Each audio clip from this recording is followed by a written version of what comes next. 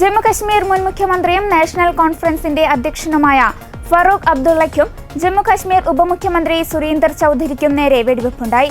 ബുധനാഴ്ച വൈകുന്നേരമായിരുന്നു ആക്രമണം. ഇരുവരും പരിക്കുകളില്ലാതെ രക്ഷപ്പെട്ടെന്നും അക്രമിയെ സംഭവസ്ഥലത്ത് വെച്ച് തന്നെ അറസ്റ്റ് ചെയ്തെന്നും അധികൃതർ അറിയിച്ചു.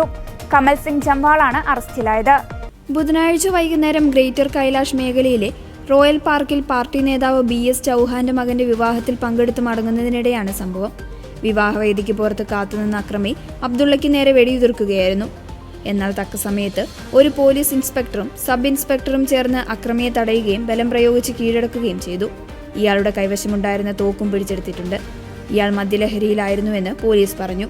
ഫറൂഖ് അബ്ദുള്ളയുടെ മകനും കശ്മീർ മുഖ്യമന്ത്രിയുമായ ഒമർ അബ്ദുള്ള ആക്രമണത്തെ അപലപിക്കുകയും പിതാവിന്റെ സുരക്ഷാ സന്നാഹങ്ങളിൽ ആശങ്ക പ്രകടിപ്പിക്കുകയും ചെയ്തു. ദൈവം കരുണയുള്ളവനാണ്. വലിയ അപകടത്തിൽ നിന്നാണ് പിതാവ് രക്ഷപ്പെട്ടതെന്ന് അദ്ദേഹം എക്സിൽ കുറിച്ചു. നിറത്തോക്കുമായ ഒരാൾക്ക് അദ്ദേഹത്തിന് നേരെ വെടിയുതിർക്കാൻ സാധിച്ചുവെന്നാണ് ഇപ്പോൾ അറിയാൻ കഴിയുന്നത്. സുരക്ഷാ ഉദ്യോഗസ്ഥരാണ് ഈ ആക്രമണത്തെ പ്രതിരോധിച്ചത്. അതീവ സുരക്ഷയുള്ള മുൻ മുഖ്യമന്ത്രിയുടെ അടുത്തേക്ക് എങ്ങനെ ഒരാൾക്ക് എത്താൻ കഴിഞ്ഞുവെന്നത് ചോദ്യമായി നിലനിൽക്കുകയാണെന്നും അദ്ദേഹത്തിന്റെ കുറിപ്പിൽ പറയുന്നു.